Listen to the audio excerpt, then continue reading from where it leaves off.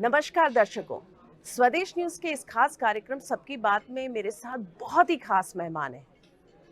मध्य प्रदेश को भारत का हृदय स्थल कहा जाता है और मध्य प्रदेश में अगर हम बात करें तो इन दिनों टूरिज्म की बहुत बात होती है और मध्य प्रदेश टूरिज्म और कल्चर के पीएस शिव शेखर शुक्ला जी इस वक्त मेरे साथ हैं।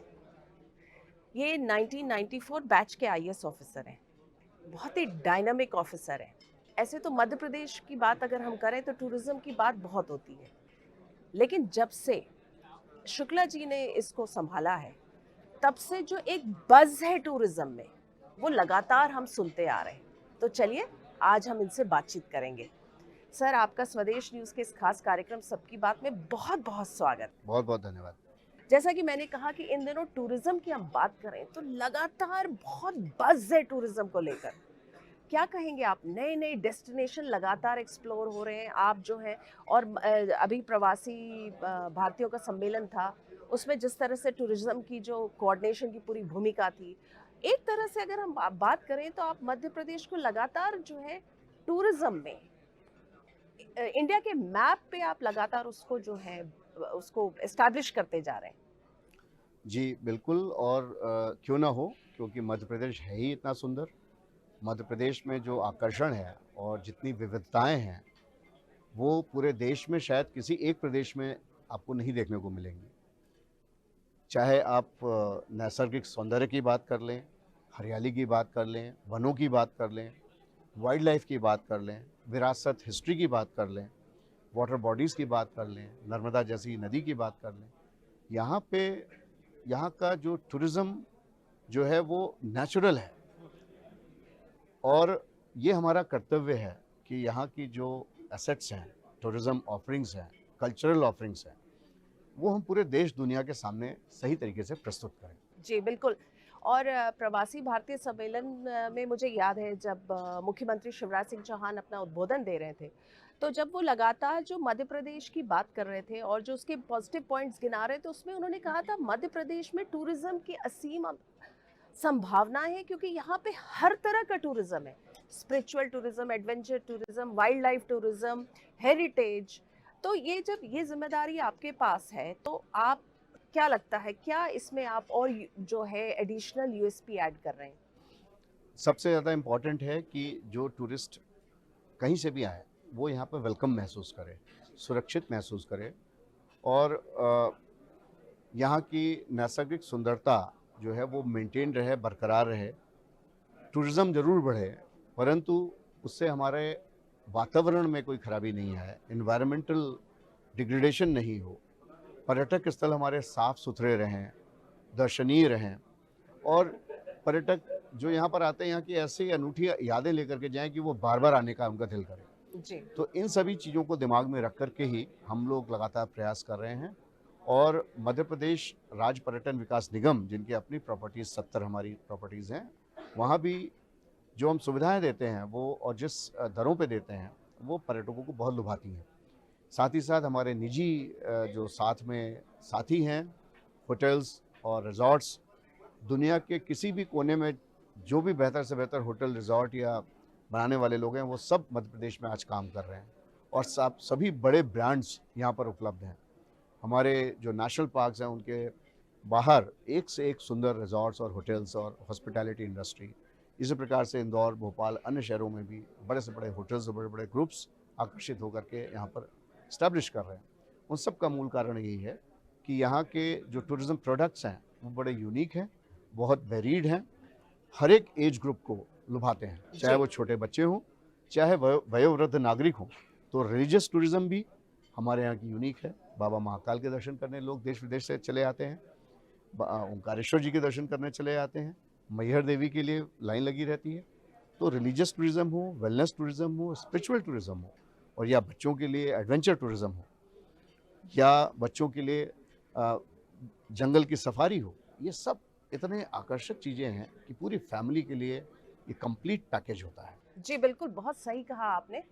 मैं बात करूंगी कूनो की, क्योंकि वो उससे तो इंटरनेशनल मैप पे आ गया मध्य प्रदेश। तो उसको लेकर क्या तैयारियां हैं? जी, बिल्कुल। कूनो में माननीय प्रधानमंत्री जी, माननीय मुख्यमंत्री जी के अथक प्रयासों से वहाँ पे चीतों की वापसी हुई है भारतवर्ष में। 1952 में चीते एक्सटिंक्ट हो गए थे और फिर अब उनको नामीबिया से लाया गया है और अभी उसमें और बढ़ोतरी होगी। उसके अगले चरण में गांधी सागर में भी चीते आएंगे, जिसके बारे में अभी हम आज बात कर रहे थे, गांधी सागर। उसके बाद नौरादही में भी चीते आएंगे और हमारे यहाँ के अन्य जो वन्य जीव हैं उसमें तो हम नंबर 1 ही हैं, चाहे टाइगर की पॉपुलेशन हो, चाहे वो घड़ियाल की पॉपुलेशन हो, चाहे वो गिद्ध की पॉपुलेशन हो, चाहे वो लेपर्ड्स की पॉपुलेशन हो, तेंदुए, ये सब सबसे ज़्यादा संख्या में मध्य प्रदेश में पाए जाते हैं। तो कूनों को भी अंतर्राष्ट्रीय स्तर पर ब्रांड करने के लिए, अंतर्राष्ट्रीय स्तर के पर्यटकों को वहाँ पर लाने के लिए एक बिल्कुल सिस्टमैटिक मास्टर प्लान बनाया जा रहा है और कूनों के बाहर इस प्रकार का डेवलपमेंट होगा कि हमारे न केवल कूनो नेशनल पार्क बल्कि आसपास के सभी स्थान जो हैं उनको कनेक्ट करते हुए आइटनरीज बने, वहाँ पे आकर्षक रुकने के स्थान हो और सुविधाजनक हो, उनकी कनेक्टिविटी प्रॉपर हो। इन सब के ऊपर हमने कार्य योजना बना करके योजनाबद्ध तरीके से काम करना शुरू कर। आत्मनिर्भर मध्य प्रदेश की लगातार बात होती है, तो जो कूनों को जब आप डेवलप करेंगे तो मेरे ख्याल से आत्मनिर्भर की ओर हम तेजी से अग्रसर होंगे। सर, मैं जानना चाहूँगी, अभी जैसे 3 दिन का प्रवासी सम्मेलन था, तब भी हमने आपको देखा, बहुत आप एक्टिव थे लगातार। किस तरह का आपको रिस्पॉन्स मिला? क्योंकि बहुत बड़ी जिम्मेदारी उस समय आप लोगों के कंधे पे थी, क्योंकि मध्य प्रदेश में इंदौर में पहली बार जो है वो प्रवासी भारतीय सम्मेलन हो रहा था।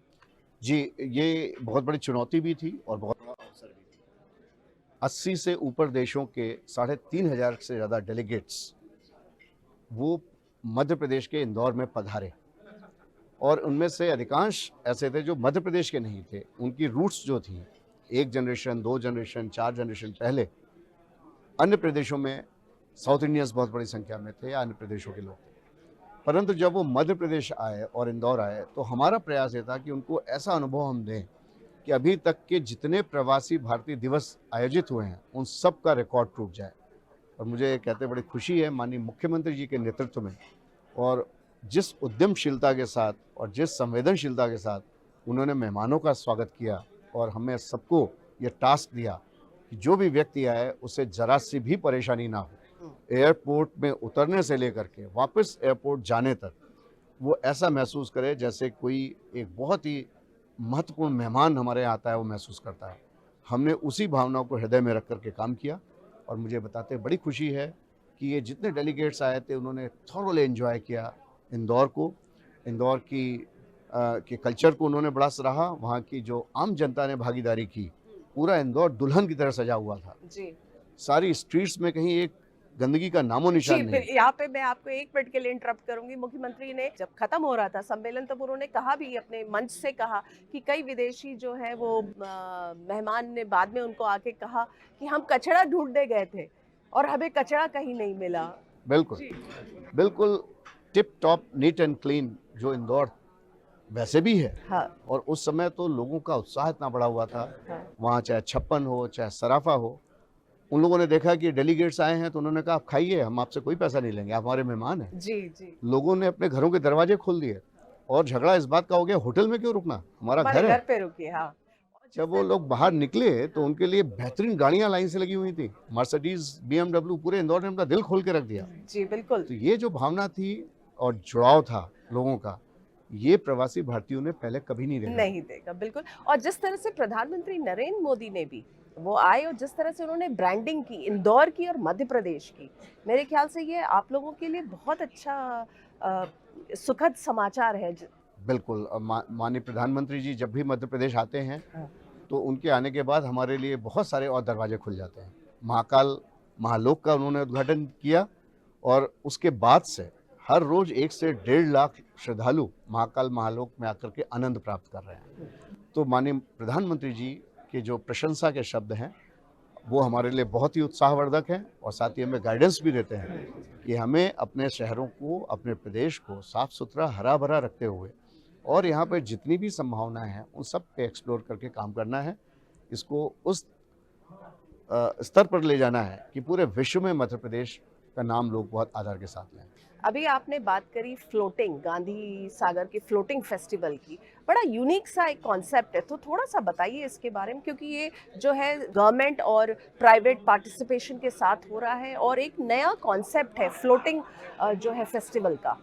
जी हाँ, ये इंडिया का पहला फेस्टिवल है जो फ्लोटिंग फेस्टिवल है और बहुत सुंदर वाटर बॉडी है गांधी सागर में डैम के ऊपर।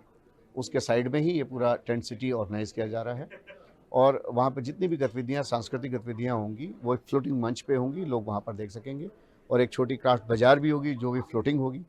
तो ये भी पर्यटकों के लिए एक नया और अनूठा अनुभव होगा कि कैसे एक फ्लोटिंग फेस्टिवल मनाया जाता है, वो भी एक पहली बार दीदार होंगे लोगों को। और साथ ही गांधी सागर जो कि नैसर्गिक दृष्टि से बहुत महत्वपूर्ण स्थान है, वहाँ पर पर्यटन के नए दरवाजे खुलेंगे, विकास की असीम संभावनाएं खुलेंगी, आर्थिक गतिविधियों में बढ़ावा मिलेगा और वहाँ के स्थानीय लोगों के लिए ये बहुत बड़ा ये अवसर के रूप में आएगा। जी सर, जैसा मैंने कहा कि जब से आपने ये पद संभाला है, लगातार हम देख रहे हैं कि नए नए डेस्टिनेशंस ऐड हो रहे हैं मध्य प्रदेश के टूरिस्ट मैप पे। गांधी सागर का जैसा आपने बताया, और भी क्या है पाइपलाइन में? देखिए, मध्य प्रदेश इतना यूनिक है, आप यहाँ पे एक ज़िले से दूसरे ज़िले जाएँ तो हर ज़िले में इतना कुछ देखने को और दिखाने को है। असीम संभावनाएं हैं, जैसा माननीय प्रधानमंत्री जी भी कहते हैं, मुख्यमंत्री जी भी कहते हैं। तो हमारा उद्देश्य ये है कि हम जो हमारी स्टैब्लिश्ड डेस्टिनेशंस हैं उन्हें संवारें, उन्हें सजाएं, उन्हें साफ सुथरा रखें, उनमें बेहतर और करें। परंतु जो नई डेस्टिनेशंस डेवलप करने की बात है ताकि एक रीजनल बैलेंस भी हो। मध्य प्रदेश बहुत बड़ा प्रदेश है, जी तो चाहे वो हमारा रीवा, शहडोल और सीधी का अंचल हो, चाहे मंदसौर नीमच का अंचल हो, चाहे इंदौर हो, चाहे जबलपुर हो और चाहे दतिया हो, हर तरफ हमारे ऐसे पर्यटन के आकर्षण के केंद्र होने चाहिए क्योंकि हम सेंट्रली लोकेटेड हैं जी और हमारा प्रदेश चारों ओर किसी न किसी प्रदेश से घिरा हुआ है। तो हर तरफ के लोग यहाँ पर आ जा सकें और वहाँ पे पर्यटन और विकास की संभावनाएं बढ़ सकें, इसलिए हमें चहुमुखी और चौतरफा विकास करना है। उस दृष्टि से नए डेस्टिनेशन हम खोजते जाएंगे, आपके सामने हम लाते जाएंगे और पर्यटकों को नई नई रोमांचक गतिविधियों से हम जोड़ते जाएंगे। देखिए, आजकल जो है लोग ट्रैवलिंग बहुत करते हैं। पहले मतलब पिछले एक दशक में हमने नोटिस किया है कि नंबर ऑफ ट्रैवलर्स इंक्रीज हुए हैं, चाहे वो इंडिया में ट्रैवल करते हैं या अब्रॉड जाते हैं। तो अगर मैं ये कह सकती हूँ कि आपका जॉब जो है इस वक्त बहुत एनवियस है, क्योंकि आप लगातार टूरिस्ट डेस्टिनेशंस को जो है एक्सप्लोर कर रहे हैं, नए नए टूरिस्ट आइडियाज़ आपका डिपार्टमेंट ला रहा है। तो कैसा महसूस करते हैं? You are heading such a envious, you have such a envious job. I'm really thoroughly enjoying it and these are really very good times. हाँ लोगों की आर्थिक इनकम भी बढ़ी है, प्रदेश हो चाहे पूरे देश में हो, और डिस्पोजेबल इनकम जो होती है जिससे कि वो डिस्पोजेबल इनकम से अन्य गतिविधियाँ कर सकते हैं। पर्यटन बहुत तेज़ी से बढ़ रहा है, रोडें हमारी बहुत अच्छी हो गई, रोड्स बहुत अच्छी हो गई हैं, बहुत अच्छी गाड़ियाँ आने लग गई हैं, धीरे धीरे कनेक्टिविटी में भी सुधार हो रहा है, एयर कनेक्टिविटी हो या रेल की कनेक्टिविटी हो। तो इस प्रकार से चारों तरफ से हमें ये दिख रहा है कि पर्यटन की दृष्टि से ये स्वर्ण काल है हमारे लिए और अगर हम इसमें चूक गए तो हम पीछे रह जाएंगे। तो हमारे लिए एक चैलेंज है कि हम कैसे पर्यटकों को एंगेज करते हुए उन्हें ऐसे प्रोडक्ट्स दें और हमारा ये उद्देश्य ये भी है कि हम मध्य प्रदेश की जो सुंदरता है या जो यहाँ का यूनिक प्रपोजिशन है साफ़ सफाई के बारे में, भीड़ भाड़ नहीं है यहाँ पर, उसको भी हम ध्यान में रखें ताकि हमारे पर्यटक स्थल पहले से अधिक सुंदर स्वच्छ रह सकें और पर्यावरण का किसी प्रकार से हानि ना हो। तो ये इस चैलेंज को पूरा करने के लिए मेरी टीम मेरे साथ लगी हुई है, कल्चर की टीम भी मेरे साथ काम कर रही है। यहाँ का एक यूनिक कल्चर जो है मध्य प्रदेश का, वो भी हमें शोकेस करने के बहुत अच्छे टूरिज्म के साथ मिलकर अवसर मिल रहे हैं जी। तो कुल मिलाकर के हम अगले 1 से 2 वर्षों के बीच में पूरी दुनिया में मध्य प्रदेश के आकर्षण को पहुंचाना चाहते हैं और हम चाहते हैं लोग यहाँ पर आएँ और यहाँ की जो चीज़ें हैं उन्हें समझें, यहाँ के आकर्षण को वो आत्मसात करें। आप कल्चर डिपार्टमेंट को भी हेड करते हैं, लेकिन टूरिज्म इस वक्त, मैंने जैसा कहा था कि इतना बज़ है एमपी टूरिज्म का कि मैं टूरिज्म पे ही मेरे सारे सवाल हो गए और कल्चर को मैं टच नहीं कर पाई। लेकिन मैं आपसे ये आपको बधाई भी देना चाहूँगी कि मध्य प्रदेश को जो है most friendly friend. Film city के रूप में भी अवार्ड मिला, तो ये भी एक बहुत बड़ी उपलब्धि है, क्योंकि जनरली जब फिल्म शूटिंग्स होती हैं तो फिल्म के जो प्रोड्यूसर्स होते हैं, एक्टर्स होते हैं, जनरली बहुत कंप्लेन करते हैं कि उनको बहुत बाधाएं आती हैं, रोड ब्लॉक्स आती हैं, चाहे शूटिंग में या जो आसपास की जो भीड़ हो जाती है। तो आपको इतना अच्छा अवार्ड मिला, इसके बारे में थोड़ा सा बताइए। जी, ये भी हम कहना चाहेंगे, फिल्म फ्रेंडली स्टेट का अवार्ड दूसरी बार मध्य प्रदेश को मिला। जी। एक बार 2017 में मिला था, और 2019 का जो अभी डिक्लेयर हुआ, माननीय हमारे प्रेसिडेंट महोदया के हाथों से हमने अवार्ड लिया। तो ये इसलिए मिला क्योंकि यहाँ पे कार्य करने की जो सुविधा है, जो यहाँ का माहौल है, शांति है, लॉ एंड ऑर्डर की दृष्टि से बहुत उत्कृष्ट प्रदेश है ये। और जिस प्रकार से हम उनकी हैंड होल्डिंग करते हैं फिल्म वालों की, और हमारी फिल्म फ्रेंडली पॉलिसीज़ हैं, उसके तहत वो यहाँ बहुत सुकून महसूस करते हैं, बहुत शांति के साथ आकर के अपना कार्यक्रम करते हैं, अपनी शूटिंग्स करते हैं और शांति से चले जाते हैं। इसीलिए ये पूरे बॉलीवुड में मध्य प्रदेश एक बहुत ही एक आकर्षक डेस्टिनेशन के रूप में उभरा है शूटिंग की दृष्टि से। और आप देख रहे हैं जितने भी OTT सीरीज़ और वेब सीरीज़ और ये सब बन रहे हैं, अधिकांश मध्य प्रदेश में बन रहे हैं। बहुत सारी फिल्में बन रही हैं, बड़े से बड़े स्टार्स यहाँ पे आते हैं और शांति से अपना काम करके जाते हैं। ये हमारे लिए बहुत उत्साहजनक है, और इससे हमारे यहाँ के लोकल टैलेंट को, कलाकारों को भी बढ़ावा मिल रहा है, लोकल आर्थिक गतिविधियाँ भी बढ़ रही हैं, और मध्य प्रदेश का प्रमोशन फिल्मों के जरिए ऑटोमेटिकली पूरी। जी बिल्कुल, बहुत अच्छी बात है। और सर, मैं just on the lighter vein, how many roles have you got? आपको कितने रोल्स ऑफर किए गए? मुझे किसी रोल में कोई दिलचस्पी नहीं है। मैं तो केवल अपना काम जो मुझे दिया गया है शासन द्वारा, मैं उसे भली भांति करना चाहता हूँ। उस रोल में मैं खरा उतरूँ, बस यही मेरी दिली ख्वाहिश। जी, थोड़ा सा कल्चर डिपार्टमेंट की बात कर लेते हैं। अगर हम बात करें इन दिनों कल्चर की, अगर बात करें तो कहीं ना कहीं थोड़ा सा काफ़ी सारा हम कहें तो there's lot of things that's fluid, like बहुत people are very sensitive, आजकल बहुत ज़्यादा सेंसिटिव हो गए हैं। छोटी छोटी बातों पे जो है ट्रोलिंग शुरू हो जाती है, पीपल रिएक्ट, बॉयकॉट कल्चर है, बैन कल्चर है। तो ऐसे इन सब चीज़ों के बीच में आप कैसे डिसीशंस लेते हैं या कैसे वर्कआउट करते हैं? क्योंकि अभी लोक रंग भी शुरू होने वाला है, क्योंकि बहुत सारी ऐसी चीज़ें हैं जो होती हैं, बहुत सारे ऐसे मैं फेस्टिवल्स तो ये आप कहूँगा करते कि हैं। हमारे काम ही इतने अच्छे हैं कि हमें लोगों का बहुत भरपूर प्यार और सहयोग और स्नेह मिलता है। हमारे लिए कभी ऐसी स्थिति नहीं बनती कि हमें ट्रोल किया जाए। आप जैसे अच्छे उम्दा पत्रकार भी हमेशा सराहना करते हैं, तो इसलिए हमें तो कभी ऐसी स्थिति का सामना नहीं करना पड़ा। और हम ये प्रयास करते हैं लोगों की भावना के अनुरूप उन्हें हम कल्चरल प्रोग्राम्स हों या जो भी हम काम करें वो लोगों की भावना के अनुरूप हों। और मध्य प्रदेश का जो संस्कृति कला की दृष्टि से महत्वपूर्ण स्थान है, ये एक दिन का काम नहीं है, ये सैकड़ों वर्षों की संस्कृति जो हमारे पास है अभी भी जीवित है। चाहे वो ट्राइबल आर्ट फॉर्म में हो, ट्राइबल म्यूज़िक, ट्राइबल फोक की फॉर्म हो, उन सबको हम दुनिया के सामने कैसे अच्छे से रखें, ये भी हमारा दायित्व है। और उसमें भी हम बहुत खरे उतरते हैं, लोगों को बहुत पसंद आता है। अभी T20 की बैठक हुई, यहाँ पर आए और यहाँ के सारी चीज़ों को, चाहे यहाँ की कला संस्कृति हो, कौशल हो, क्राफ्ट हो, बहुत सराहा लोगों ने, और लोग बड़े प्रसन्न होकर के गए। सर, एक सवाल तो बनता है, टूरिज्म, मध्य प्रदेश टूरिज्म का एड जो है लगातार उसको सराहा जा रहा है कई सालों से, क्या कहेंगे आप? नहीं, अब फिर मैंने जैसे पहले कहा कि हमारा प्रदेश ही इतना अच्छा है और हम बहुत ही सोच समझ के काम करते हैं। हाँ। जो यहाँ पे एडवर्टीजमेंट्स बनते हैं, टीवी कमर्शियल्स बनते हैं, उसमें बहुत रिसर्च होती है, बहुत अच्छी एजेंसीज साथ में काम करती हैं। हमारा जोर पूरा क्वालिटी पे रहता है, क्वांटिटी पे नहीं रहता। तो इसलिए यहाँ के जो टूरिज़्म प्रमोशन का मटेरियल होता है, आप देखेंगे बहुत हाई क्वालिटी होता है। और सोशल मीडिया पे भी हमारी फॉलोइंग जो है पूरे देश में पहले 3 जो राज्य होते हैं उनमें हर एक में रहती है, चाहे फेसबुक हो, इंस्टाग्राम हो या कोई भी अन्य सोशल मीडिया प्लेटफॉर्म हो। तो ये इसलिए है क्योंकि हमारे पास मटेरियल बहुत अच्छा है और उसको हम और अच्छे से क्यूरेट करके लोगों के तक पहुँचाते हैं। सर, इतने सारे हमने आपके डिपार्टमेंट से कंसर्न पूछा, जाते जाते ज़रूर पूछूंगी आपसे, आपके पास चूंकि इतना जो है वाइब्रेंट डिपार्टमेंट है, बहुत बिजी आप रहते हैं, तो जब इन बिजी इस अपने लिए पल जो आपको मिलता है, अपने लिए आपको जो समय मिलता है, तो क्या करते हैं? ये सभी जो मैं कर रहा हूँ ये भी मैं अपना ही समय मानता हूँ। इसको मैं ऑफिस का समय और अपना समय में डिवाइड नहीं करता हूँ। हाँ। क्योंकि मैं इसको करने में मुझे आत्मिक सुख और संतोष मिल रहा है, इसलिए मेरे लिए ये भी अपना ही समय है। हाँ। और जब मैं इस काम से जो अभी मैं कर रहा हूँ, आपको करते दिख रहा हूँ पब्लिकली, नहीं होता हूँ तो हमारे पास और भी मेरी अपनी हॉबीज़ हैं, उनको परस्यू करता हूँ। पुस्तकें पढ़ने में मुझे रुचि है और उसमें मैं अपना समय देता हूँ और अपने परिवार को पूरा समय देता हूँ। परिवार के लिए समय कैसे निकालते हैं सर? समय निकालने के लिए आपके पास बस इंटेंशन होना चाहिए, समय तो हमेशा होता है। हाँ, आप अगर रुचि रखते हैं किसी चीज़ में तो आपको समय निकालना नहीं पड़ता, समय आपके पास आ अपने जाता आप है। निकल जाता जी है। हाँ। जैसे हमको आना पड़ा यहाँ पे इंटरव्यू करने के लिए। मैं बताना चाहूँगी बहुत दिनों से हम कोशिश कर रहे थे कि सर से जो है ये रूबरू हो जाए, लेकिन काफ़ी समय लगा क्योंकि आप बहुत बिज़ी रहते, लेकिन फिर भी आपने हमें समय दिया, इतनी अच्छी बातें की आपने, दिल खोल के बातें की। आपका बहुत-बहुत धन्यवाद sir. Thank you so much. Thank you.